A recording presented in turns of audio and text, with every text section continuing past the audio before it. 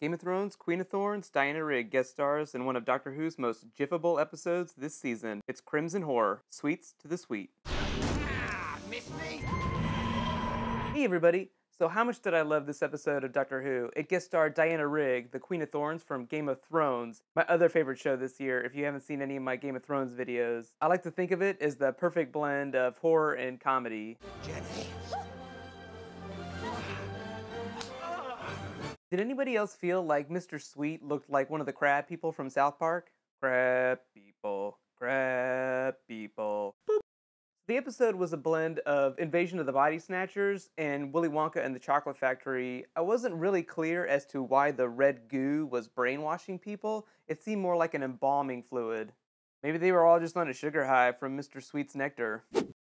The real stars of the episode, though, were Jenny, Strax, and Vastran. I feel like even though the Doctor is the hero, any scene that they're in, they end up stealing, and it was wonderful. Have you been eating this Jenny sherbet fancies again? No. I feel like the episode was a really good Jenny episode just because she got some of her own scenes. Typically, when she's in a show, she's only with Vastran, and Vastran always supersedes her or gets most of the good lines. Now, Doctor, this one's on me.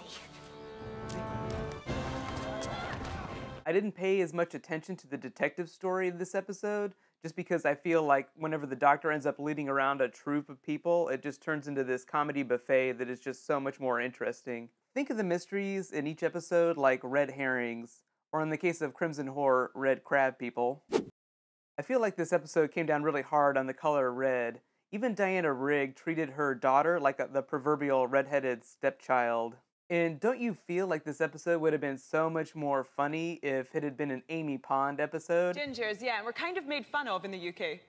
But seriously, I rate this episode at least a B just because Diana Rigg was so awesome and the comedic beats just hit so well. I really do feel like the episode produced some of the most jiffable moments all season so far. Let me know what your favorite was in the comments below. Gentlemen, start your photoshops. Don't worry, this episode is not the last time we'll see Jenny, Vastran, and Strax. They'll show up again during the season finale, The Name of the Doctor, along with River Song, who has also been absent for most of this part of the season. If you haven't seen them yet, check out my Iron Man 3 review and my Ender's Game preview. I'll have links to those in the description. If they haven't posted yet, it's just because I'm still working on them. Hold tight. Don't forget it's also Drinko de Mayo this weekend.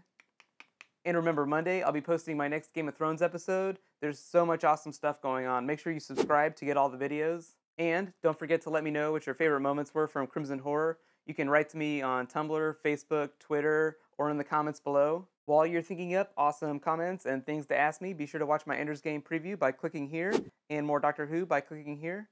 Thanks for watching. I'll see you in another video. Bye!